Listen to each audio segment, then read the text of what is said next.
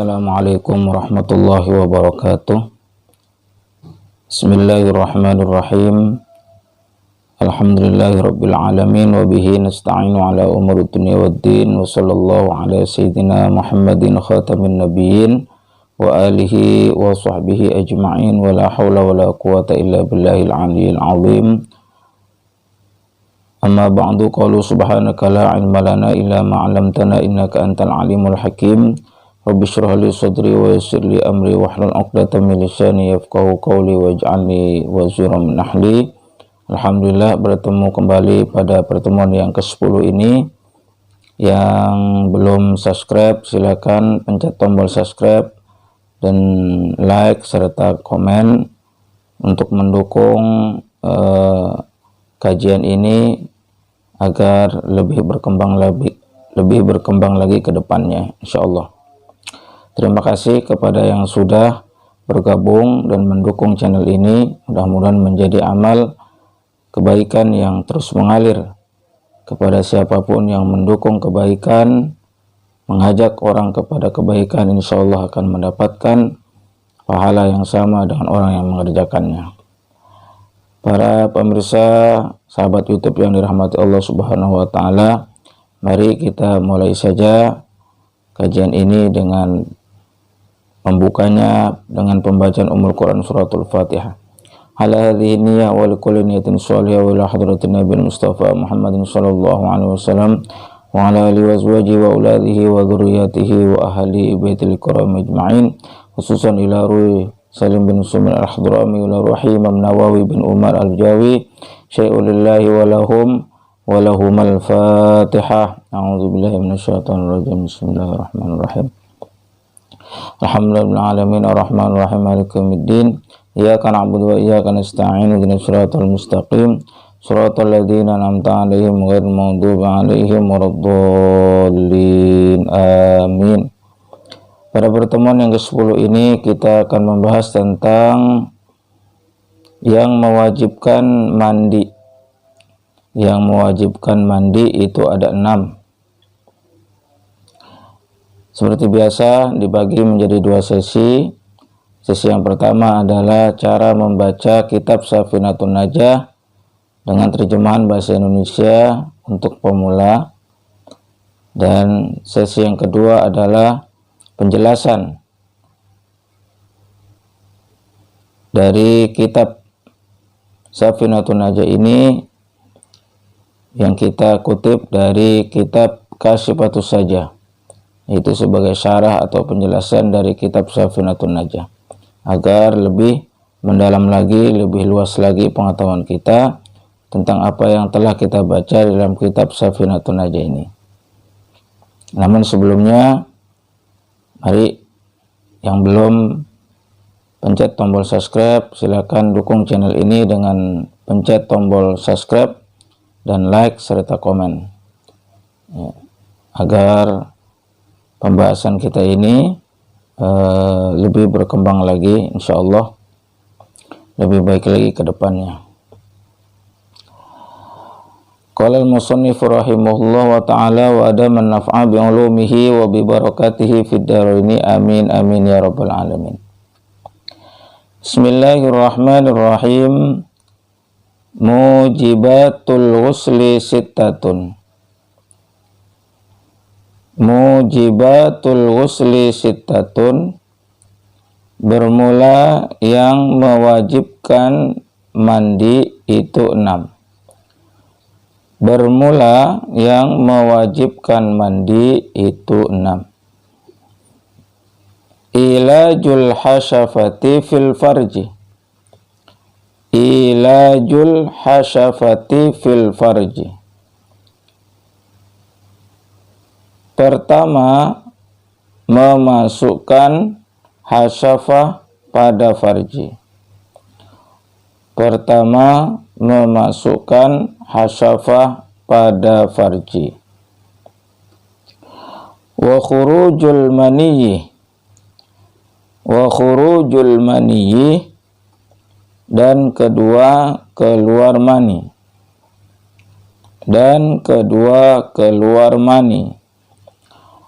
Wal haidu wal haidu, dan ketiga keluar haid, dan ketiga keluar haid, wan nifasu, dan keempat keluar darah habis beranak, dan keempat keluar darah habis beranak, wal wiladatu,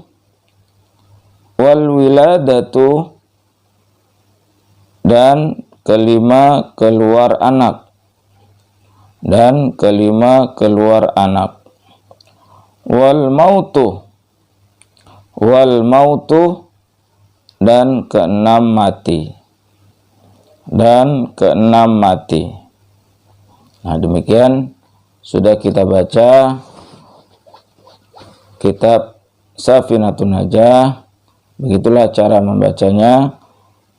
Mudah-mudahan para pemirsa, sahabat YouTube sekalian dapat terbiasa sehingga tambah lancar membacanya, terkhusus bagi para pemula. Ya, diulang-ulang ya cara membacanya, terkhusus lagi kepada terjemahannya ya, yang berbahasa Indonesia tapi bertuliskan huruf hijaiyah ya. Selanjutnya mari kita masuk kepada pembahasan. Pada sesi yang kedua adalah pembahasan, yaitu apa yang tadi kita baca, mari kita bahas satu persatu sehingga dapat lebih luas lagi pemahaman kita tentang apa yang telah kita baca tadi. Tetap di channel ini ya, agar kita mendapatkan ilmu yang bermanfaat untuk bekal kita beribadah kepada Allah Subhanahu wa taala, agar ibadah kita lebih sempurna lagi. Sehingga dengan kesempurnaan itulah maka insya Allah ibadah kita diterima oleh Allah Subhanahu wa taala.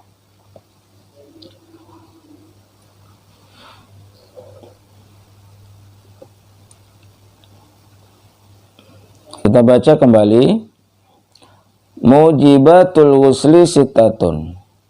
Bermula yang mewajibkan mandi itu 6. Penjelasannya adalah faslun fi mujibatil ghusli. Di sini terdapat suatu pasal mengenai perkara-perkara yang mewajibkan mandi. Mujibatul ghusli 'alar rijali wan nisa'i sittatun. Perkara-perkara yang mewajibkan mandi bagi laki-laki dan perempuan ada 6. Salasatun tashtariku fiha rijalu wan nisa'u wa hiya dukhulul hasyafati fil farji wa khurujul mani wal mautu. 3 perkara bersekutu, tashtariku fiha, bersekutu dengannya atau padanya, terkait bersama laki-laki dan perempuan, yaitu ada 3 yang terdapat pada laki-laki dan pada perempuan yang mewajibkan mandi nih.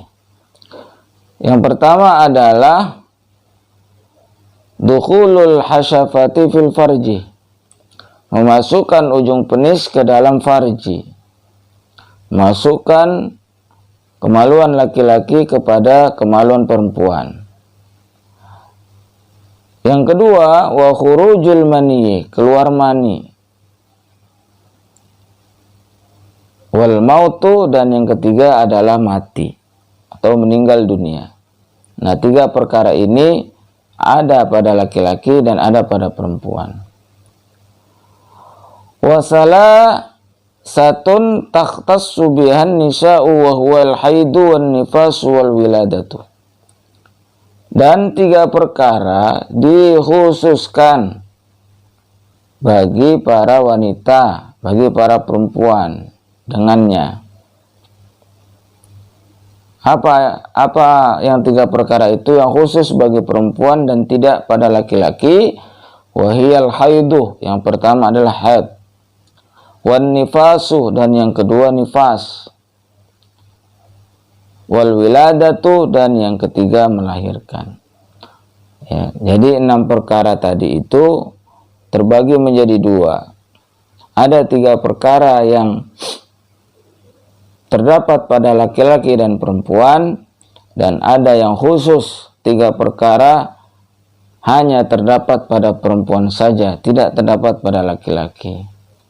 Itu yang tadi, yang khusus bagi perempuan adalah haid, yaitu keluar darah haid atau darah menstruasi, wan nifasu, dan darah nifas, darah yang ikut beserta dengan kelahiran atau melahirkan, wal wiladatu, dan yang ketiga yang mewajibkan bagi perempuan mandi adalah wiladah, yaitu melahirkan. Jadi nifasnya itu wajib mandi, dan wiladahnya atau melahirkannya itu wajib mandi. Nah, kalau nifas itu wajib mandinya setelah selesai darah nifasnya keluar. Ya. Setelah selesai, biasanya normalnya itu 40 hari.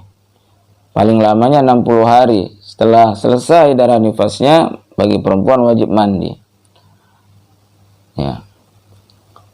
Sedangkan untuk mandi pada perempuan setelah wilada atau setelah melahirkan, itu ya pada saat selesai melahirkan dia keramas, ya.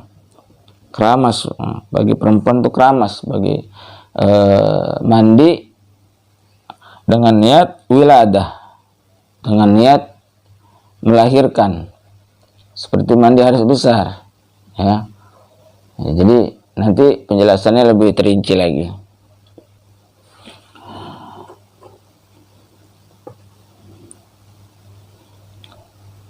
Ilajul hasyafati fil farji. Pertama, memasukkan hasyafah pada farji. Nah, ini kewajiban yang pertama adalah memasukkan hasyafah ke dalam farji. Penjelasannya adalah ahaduha ilajul hasyafati ay dukhuluha kulliha wa in talat. Yang pertama adalah membenamkan ujung penis atau memasukkan ujung penis, ya, yakni memasukkan kepala penis seluruhnya, ya, meskipun panjang. Wala tibara bi ghairiha ma'a wujudiha, dan tidak diperhitungkan pada selain kepala penis disertai dengan adanya penis. Au qadriha min faqidiha walau bila qasdin walau halatan naumi, atau memasukkan seukuran kepala penis bagi orang yang tidak memilikinya, walaupun tanpa disengaja dan walaupun dalam keadaan tidur. Ya, jadi memasukkan pada kepala penis itu menyebabkan kewajiban bagi seorang untuk mandi. Fil farji ay fi ayyi farjin kana sawaun, kana qabulam ra'atin au bahimatin au duburaha au duburahuma au dubura rajulin saghirin au kabirin hayyin au mayyitin au dubura nafsihi au dzakarin akhara. Ya. Fil farji, ke dalam farji, artinya memasukkan kepala penis atau zakar itu ke dalam farji, kemaluan perempuan atau vagina. yakni ke dalam farji apa saja adanya. Ya, sama saja keadaannya di kemaluan depan wanita atau binatang. Di kemaluan depan wanita atau binatang, atau kemaluan belakang keduanya, atau kemaluan belakang laki-laki kecil atau dewasa, berkondisi masih hidup atau sudah mati, atau pada duburnya sendiri atau ke dalam zakarnya orang lain.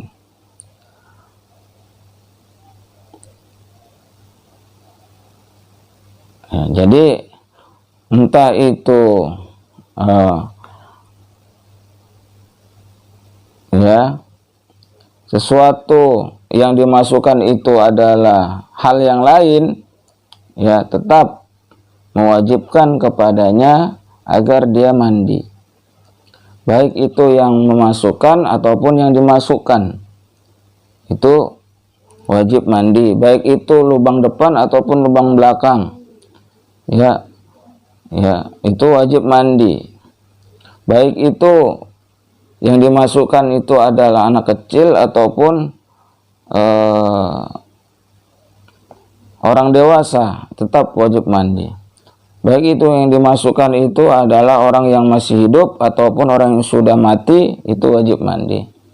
Atau yang dimasukkan itu adalah manusia ataupun binatang, maka wajib mandi. Ya. Nah, itu yang pertama adalah kewajiban bagi seorang yang memasukkan penisnya atau zakarnya kepada farji atau kepada kemaluan depan, baik itu manusia ataupun binatang, baik itu anak kecil ataupun orang dewasa, baik itu orang hidup ataupun orang mati, maka dia wajib mandi. Wa yajibu aidan al-ghuslu 'alal mar'ati bi ayyi dzakarin dakhala fi farjiha. Dan wajib mandi juga bagi wanita dengan sebab zakar atau penis apa saja yang masuk ke dalam farjinya. Jadi tadi sudah dijelaskan, baik itu yang memasukkan atau yang dimasukkan. Ya, sekali lagi, baik itu yang memasukkan atau yang dimasukkan, maka kedua-duanya wajib mandi. Ya, maka kedua-duanya wajib mandi. Ya, artinya jenis manusia, ya, jenis manusia. Kalau jenis hewan atau binatang ya tidak, binatangnya tidak, tapi manusianya wajib mandi. Atau orang yang sudah mati, maka yang orang yang hidup yang mandi. Kalau orang udah mati ya tidak wajib dimandikan. Ya dia wajibnya dimandikan, wajib dimandikan jenazah, ya. Dia tidak wajib mandi hadas besar. Nah, itu maksudnya, ya. Hatta zakaril bahimati wal mayyiti wasobi, hingga zakar binatang atau orang mati dan anak kecil sekalipun. Ya, artinya bersetubuh dengan binatang, dengan orang mati ataupun anak kecil, maka dia wajib mandi. Wajib mandi, ya. Wajib mandi. Umpama zakarnya yang dimasukkan itu adalah zakar anak kecil, dimasukkan kepada vagina atau farji seorang perempuan dewasa, maka yang perempuan dewasa wajib mandi. Atau zakarnya atau penisnya binatang yang dimasukkan kepada farji atau vagina perempuan dewasa, maka perempuan dewasanya itu wajib mandi. Atau orang yang sudah mati, orang yang sudah mati dimasukkan zakarnya, nah itu yang perempuannya harus wajib mandi, ya, wajib mandi. Nah, nanti penjelasannya akan lebih terinci pada berikutnya, ya.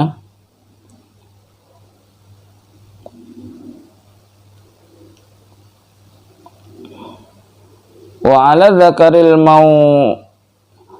'ala dzakaril mulaji fi duburihi aw dzakarihi.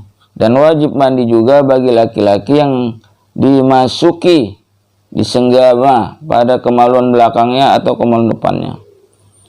Nah, itu bagi laki-laki juga sama. Ya. Umpama dia disenggama lubang belakangnya, maka si laki-laki tadi wajib mandi. Ya, wajib mandi. Ya, baik yang dimasukkan ataupun yang memasukkan. Wajib mandi dua-duanya. Ya.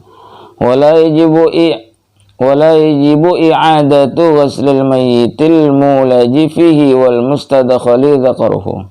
Dan tidak wajib mengulangi memandikan mayit yang dibenamkan zakar padanya, disetubuhi farjinya, dan mayit laki-laki yang dimasukkan zakarnya pada orang lain. Artinya, kalau buat mayit itu mayitnya tidak wajib dimandikan hadas besar. Ya, seandainya dia zakarnya itu dibenamkan atau dimasukkan kepada farji seorang perempuan dewasa yang masih hidup, maka si laki-laki yang sudah mati ini tidak perlu wajib mandi. Ataupun mayitnya perempuan ya. Kemudian disenggama, ya, dimasukkan zakar atau penis, ya, kepada farji atau vagina si perempuan mayit ini, maka yang si perempuan juga tidak wajib mandi karena dia sudah mati, ya. Yang wajib mandi adalah yang masih hidup, yang wajib mandi. Wa yasiru sabiyu wal majnunu wal mulaju fihima junubaini bila khilafin. Dan anak kecil dan orang gila yang dibenamkan zakar, disetubuhi padanya, menjadi orang yang junub dengan tanpa ada perbedaan pendapat.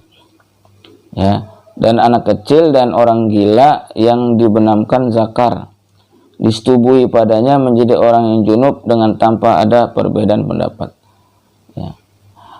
Wa kadzal mulijani, dan begitu pula menjadi junub orang yang membenamkan zakar, ya, penyetubuh anak kecil atau orang gila. Fa ini tasalas sobi wa huwa mumayyizun sahha ghusluhu wa la yajibu i'adatuhu idza balagha. Lalu jika anak kecil itu mandi junub di saat ia berusia tamyiz, maka sah mandinya dan ia tidak wajib mengulanginya ketika telah berusia baligh. Wa 'alal wali ay ya'mura as-sabiyal mumayyiza bil ghusli fil hali kama ya'muruhu bil wudu'i. Dan wajib bagi wali untuk memerintah orang tua, wajib memerintahkan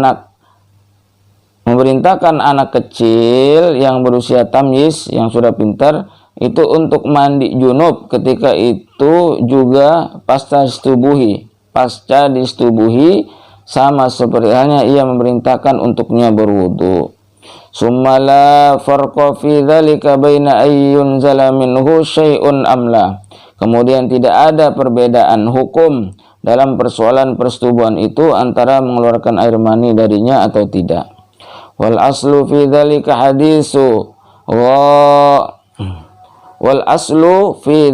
haditsu Aisyah radhiyallahu anha anna Rasulullah sallallahu alaihi wasallam qala idzal taqal khitanani aw massal khitanul khitana wajabal ghuslu fa'altuhu ana wa Rasulullahi faghtasalna. Dasar hukum dalam ketentuan itu adalah hadis Sayyidatina Aisyah radhiyallahu anha, sesungguhnya Rasulullah sallallahu alaihi wasallam telah bersabda, apabila dua khitan atau dua kelamin bertemu atau khitan yang satu menyentuh khitan yang lain, maka wajib mandi. Aku melakukannya, aku dan Rasulullah, lalu kami mandi.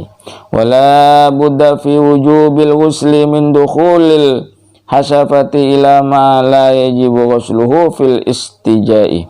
Dan tidak boleh tidak di dalam kewajiban mandi itu mestilah masuk kepala penis ke suatu bagian dalam vagina yang tidak wajib membasuhnya di saat beristinja atau cebok. Ya. Wala yajibu 'ala zanil ghuslu minal janabati fauron linqida'il ma'siyati bil faraghi minaz zina, dan tidak wajib bagi pezina mandi dari junub dengan segera karena telah usahanya kemaksiatan dengan selesainya ia dari perbuatan zina. Wa faraqa man 'asa bin najasati bi an tadammakha biha li baqa'il isyani biha ma baqiyat fawajaba izalatuha fauran. Ketentuan pezina berbeda dengan orang yang bermaksiat dengan najis, dengan seumpama ia melumuri dirinya dengan najis, karena masih tetap kemaksiatan dengan najis itu selama najisnya masih ada, maka wajib menghilangkannya dengan segera. Ya, artinya di sini tadi dijelaskan bagaimana bagi anak kecil, ya, itu wajib mandi manakala dia anak kecil itu sudah tamyiz. Tapi kalau belum tamyiz dia tidak wajib mandi. Apabila dia disetubuhi oleh seseorang laki-laki dewasa atau oleh perempuan dewasa. Ya. Begitu juga halnya ya bagi orang yang orang gila. Maksudnya yang dimaksud di sini adalah orang yang sadar yang wajib mandi. Artinya orang yang menyetubuhi orang gila. Yang menyetubuhi orang gila maka dia wajib mandi. Ya. Baik itu laki-laki ataupun perempuan. Nah, kemudian juga disebutkan bahwa bagi orang yang berzina itu tidak diwajibkan mandi junub dengan segera. Kenapa? Karena dia sungguhnya adalah orang yang bermaksiat. Ya. Karena dia orang yang bermaksiat. Ya. Lalu yang berikutnya adalah wa khurujul mani, dan kedua adalah keluar mani. Ya, dan kedua kewajiban bagi orang yang hidup itu adalah keluar mani, kewajiban mandi hadas besar karena keluar mani. Penjelasannya adalah wasaniha khurujul mani, dan perkara kedua yang wajib mandi adalah keluar mani. Ai mani syakhsi nafsihil khariji minhu awwala marratin fil yaqadati aw fin naumi. yakni air mani orang itu sendiri yang keluar dari dirinya di pertama kali di waktu terjaga atau sadar atau tidur, ya. Min tariqihil mu'tadi mutlaqan aw min ghairihi idza kana mustaqiman bi kasril kafi ay in kharaja li ghairi illatin. Yang keluar melalui salurannya yang biasa secara mutlak atau dari selain salurannya yang biasa.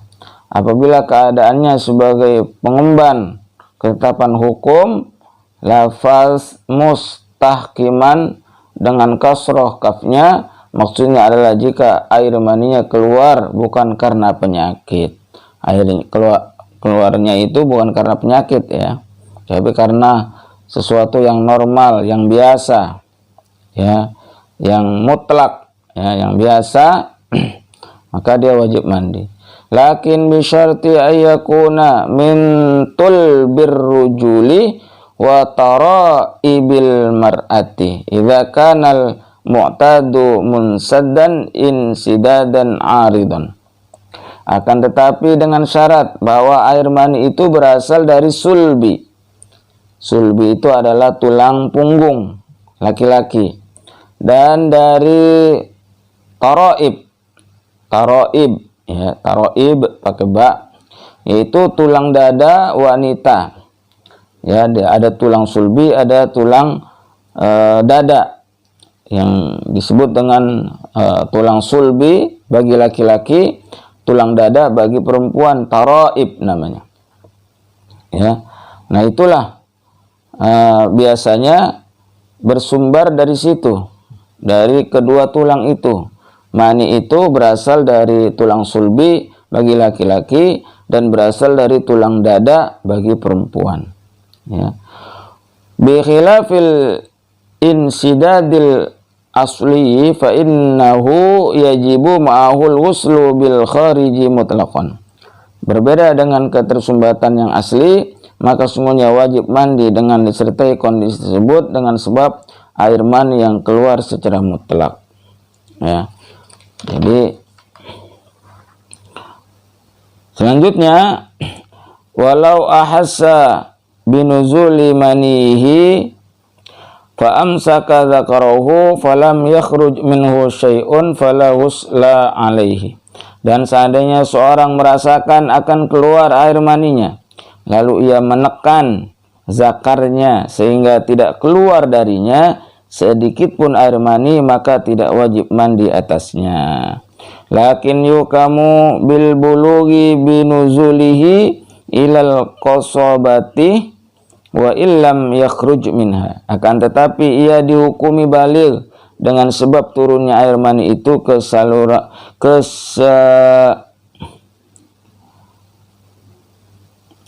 akan tetapi ia dihukumi baligh dengan sebab turunnya air mani itu ke saluran batang zakar, meskipun air mani itu tidak keluar dari sana. Hatta law kana fi sholatin atammaha wa ajza'athu an fardhihi. Hingga seandainya ia sedang berada di dalam sholat, maka ia harus menyempurnakan sholatnya dan mencukupi sebagai penunaian sholat fardunya. Hadza fil wadihi, ketentuan hukum ini bagi orang yang jelas jenis kelaminnya. Ya, artinya kalau ada orang, ya, laki-laki sudah terasa ingin keluar, ya, maninya, lalu dia tahan, kemudian si mani tadi itu tidak keluar dari zakarnya, maka dia tidak wajib mandi.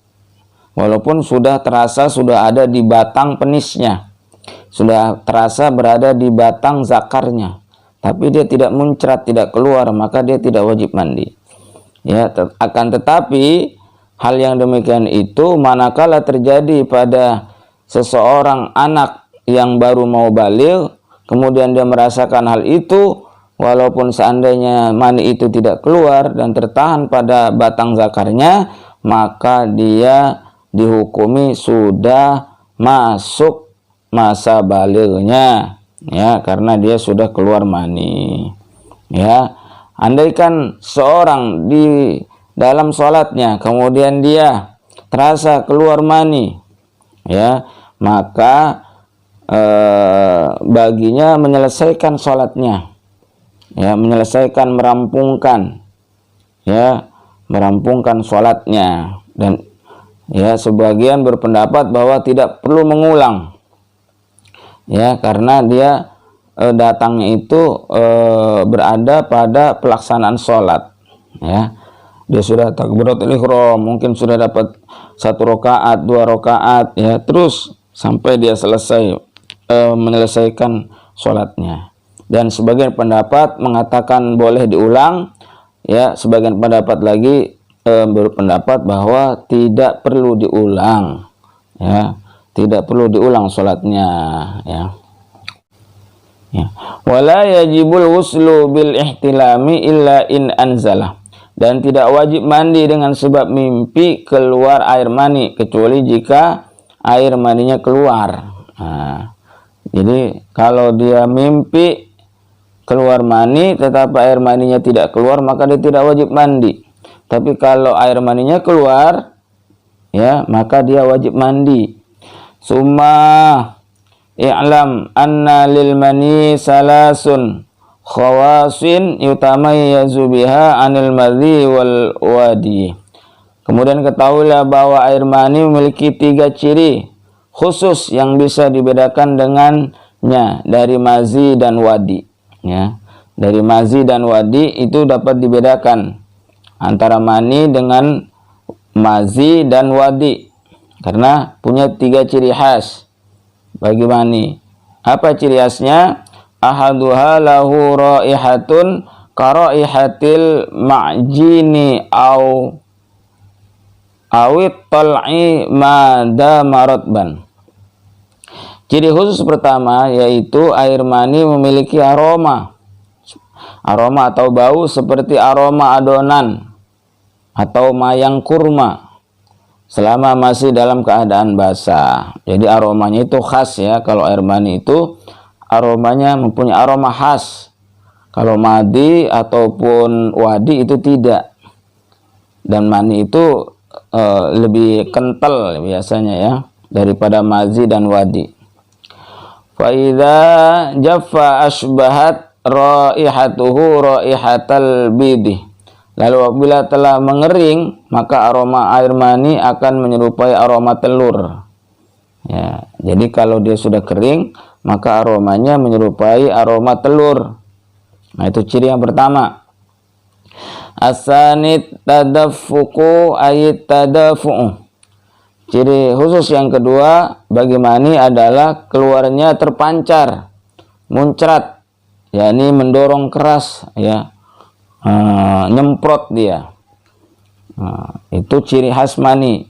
Kalau madi ataupun wazi itu tidak, seperti air kencing saja dia. Kalau madi atau wazi itu seperti keluar netes seperti air kencing. Ya, tapi kalau mani itu terdorong dia, terdorong keras, ya, muncrat ya. Nah, itu ciri yang kedua. Berdasarkan firman Allah Subhanahu wa taala, qala Allah taala khuliqa ayil insana min ma'in dafiq. Ay madfukin ay masbubin fir rahim. Allah taala berfirman, dia diciptakan yakni manusia diciptakan dari air yang terpancar. Ya, min ma'in dafiq. Ya. Allah berfirman bahwa manusia itu diciptakan dengan air yang terpancar. Yakni air yang terpancar keras, yakni yang tertuang, ya, terdorong hingga di dalam rahim. Asalisut talad, itu ciri khas yang kedua. Yang ketiga adalah asalisut taladzuzu bi khurujihi. Ciri khusus yang ketiga adalah terasa nikmat dengan sebab keluarnya. Ya, terasa nikmat dengan sebab keluarnya kalau air mani. Sedangkan air mazi atau wadi itu tidak, ya. Kemudian selanjutnya adalah wal haidu, dan ketiga keluar haid. Nah, yang ketiga keluar haid. Jelasannya adalah wasalisuhal haidu, dan perkara yang mewajibkan mandi yang ketiga adalah haid atau menstruasi. Wa huwa damun tabi'atun yakhruju min aqsa rahimil mar'ati fi awqatin makhsusatin. Haid adalah darah tabiat alami yang keluar dari puncak rahim seorang wanita di waktu-waktu yang tertentu. Itu yang namanya haid atau menstruasi. Warrahimu jildatun dakhilal farji dayiqatul fami wasi'atul jawfi kal jurrati. Dan rahim adalah kulit yang berada di bagian dalam farji atau vagina yang bermulut sempit dan berongga luas. Bagian dalamnya seperti guci.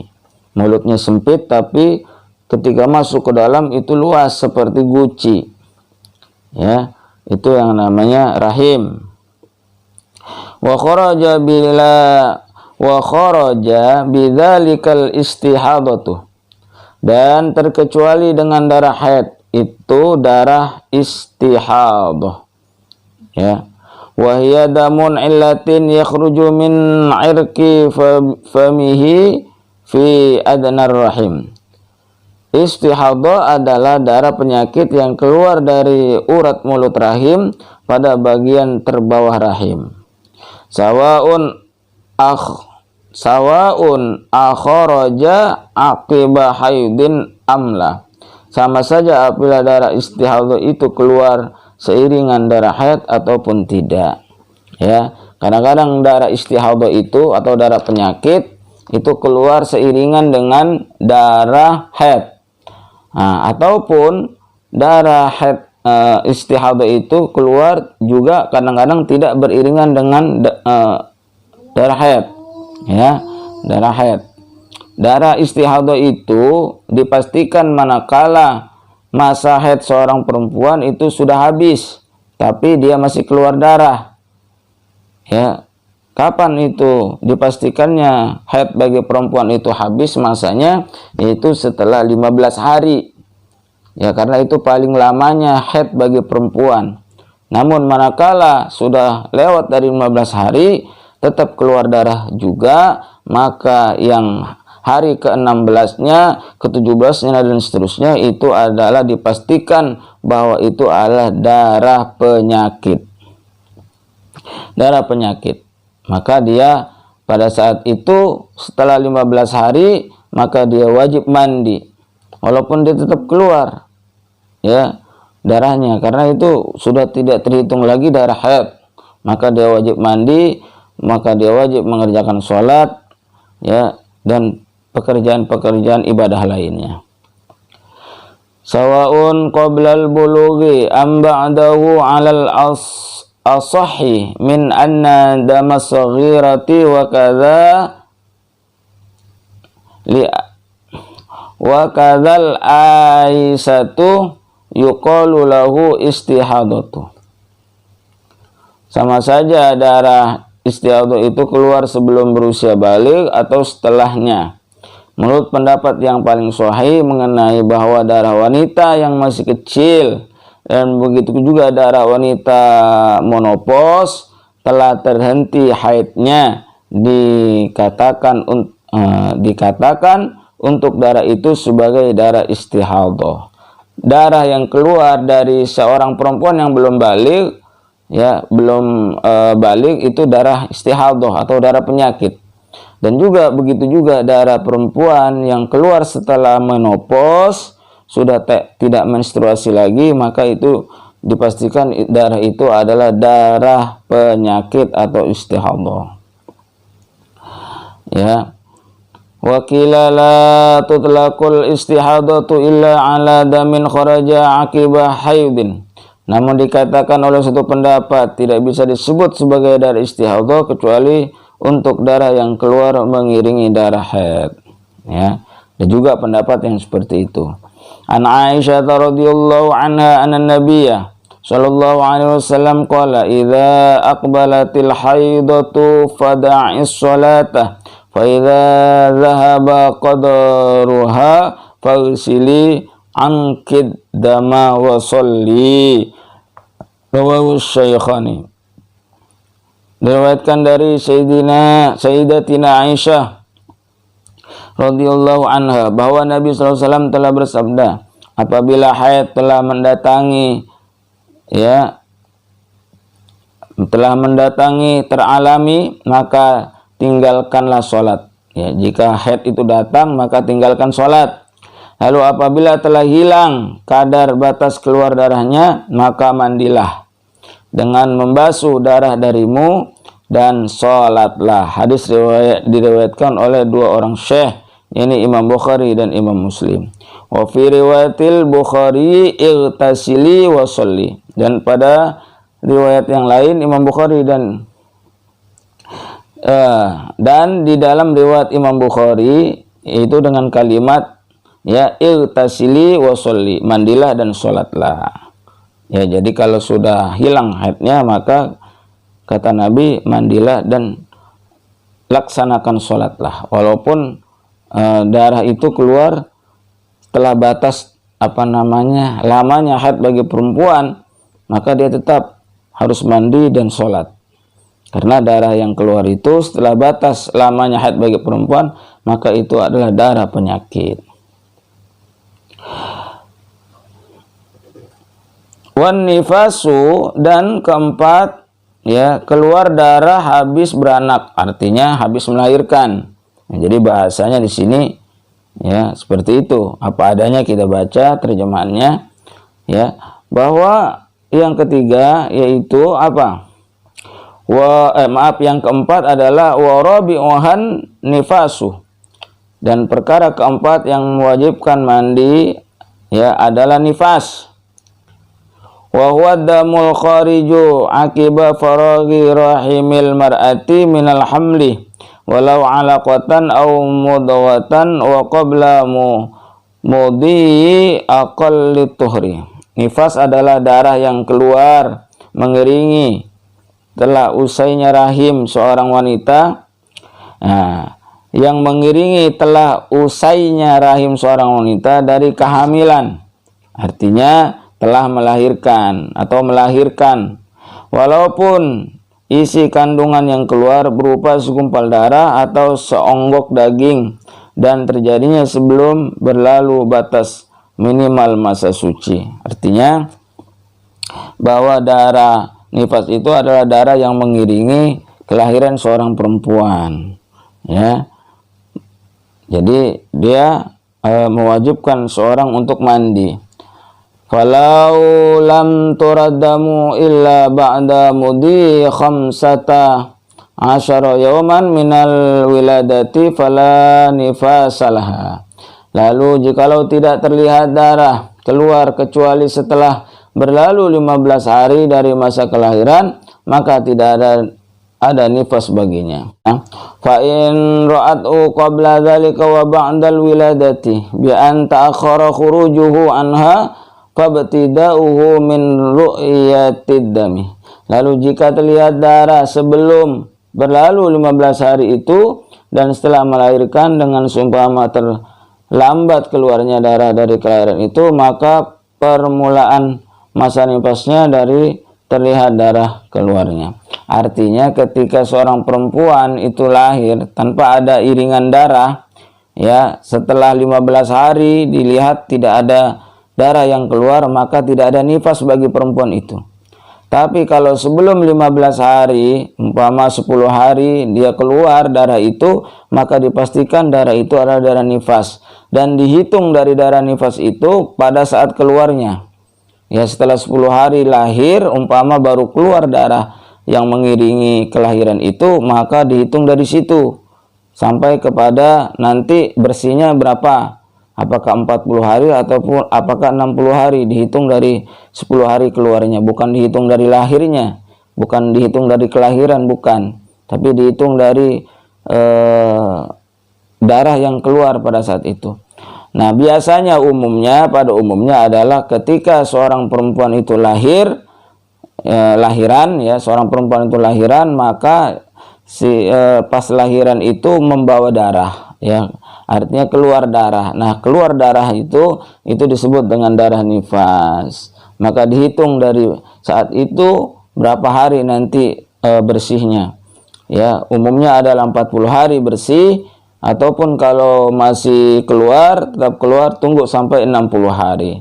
Setelah 60 hari dipastikan bahwa sudah selesai. Namun apabila setelah 60 hari masih keluar juga, maka itu dipastikan bukan darah nifas, tetapi darah penyakit. Maka tetap dia harus mandi dan sholat, walaupun darah itu masih keluar setelah 60 hari. Nah, itu ya yang keempat. Sekarang berikutnya wal wiladatu, ya, dan kelima keluar anak atau melahirkan, ya. Wa khamisuha al wiladatu ay walau li ahadit tau amaini fayajibul ghuslu bi wiladati ahadihima. Dan perkara kelima yang mewajibkan mandi adalah melahirkan. Walaupun melahirkan salah satu bayi kembar, maka wajib mandi dengan sebab melahirkan salah satu dari kedua bayi itu. Andaikan bayinya kembar, ya mandinya sekali, nggak harus 2 kali, ya.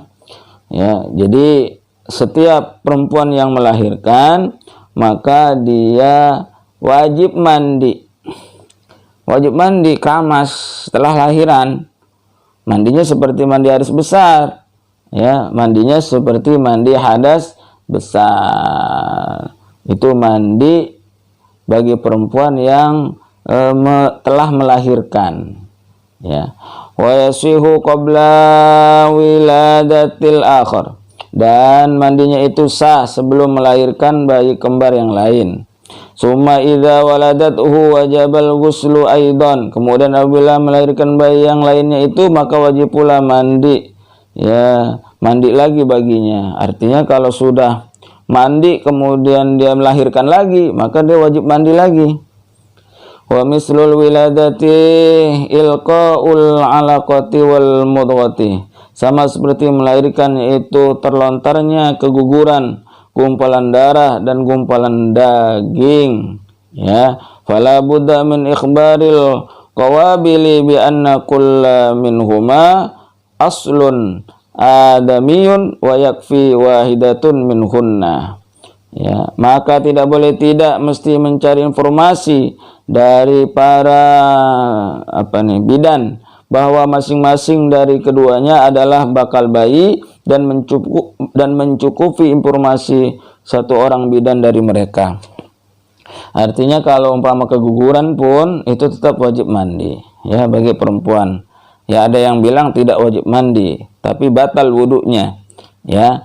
Tapi di sini dijelaskan bahwa walaupun itu kelahirannya itu segumpal darah atau segumpal daging, dikatakan oleh seorang bidan atau dukun beranak bahwa hal itu adalah bayi. Ya.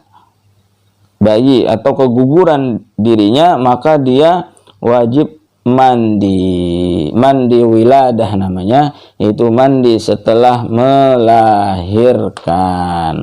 Ya, mandi setelah melahirkan. Wal mautu, dan keenam mati. Selanjutnya adalah yang keenam adalah mati. Wasadisuha al mautu li muslimin ghairi syahidin. Dan perkara keenam yang mewajibkan mandi adalah meninggal dunia bagi orang Islam yang bukan mati syahid. Ammal kafiru fala yajibu ghusluhu bal yajuzu. Adapun bagi orang kafir di luar Islam maka tidak wajib memandikannya, akan tetapi dibolehkan. Ya, dibolehkan memandikan tetapi tidak wajib bagi orang kafir. Wa amma syahidu fala yajibu ghusluhu bal yahrum. Adapun bagi orang yang mati syahid maka tidak wajib memandikannya, bahkan haram dilakukannya. Liqaulihi alaihi salatu wassalamu fihim la tagtasiluhum fa inna kulla jurhin yafuhu miskan yaumal qiyamah. Berdasarkan sabda Nabi alaihi salatu wassalam mengenai mereka syuhada, janganlah kalian memandikan mereka, karena sungguhnya setiap luka mereka akan mengeluarkan semerbak misik pada hari kiamat. Wal mautu mujibun lil ghusli 'alal ahya'i la 'alal mayyiti. Kematian adalah hal yang mewajibkan untuk memandikan atas orang yang hidup, bukan atas orang yang mati. Jadi kewajiban kita orang yang hidup memandikan jenazah yang mati. Orang yang mati, bukan orang mati yang wajib mandi, tetapi orang yang hidup yang wajib memandikan. Seandainya umpama orang yang mati itu tidak dimandikan karena tidak ada yang memandikan, maka si jenazah itu tidak berdosa. Yang berdosa adalah orang yang hidup yang tidak memandikan jenazah itu. Fal mujibu lil ghusli imma ayyakuna qa'iman bil fa'ili aw bi ghairihi. Adapun hal yang mewajibkan untuk mandi ada kalanya berketapan dengan sebab pelaku atau dengan sebab selainnya. Lima ruya an Ibni Abbasin radhiyallahu anhuma anna Rasulullah sallallahu alaihi wasallam qala fil muhrimil ladzi wa qasathu nafatuhu igsiluhu bima'in wa sidrin, rawahu Syaikhani.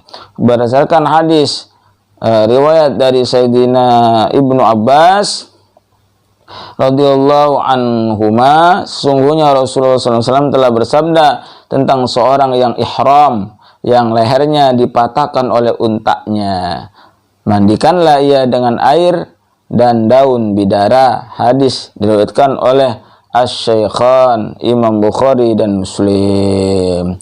Wallahiruhul wujubu wal waqsu kasrul unuki, dan hal yang tampak jelas dari hadis itu adalah kewajiban memandikan, dan al-waslu adalah pecah batang tulang leher.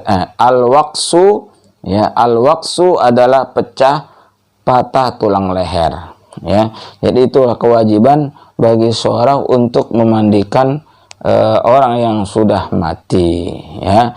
Wallahu a'lam bishawab. Itulah yang dapat disampaikan. Mohon maaf apabila ada kehilafan dan kekurangan. Kesempurnaan hanya milik Allah Subhanahu wa taala. Dan jangan lupa tetap dukung channel ini, program ini dan kajian ini.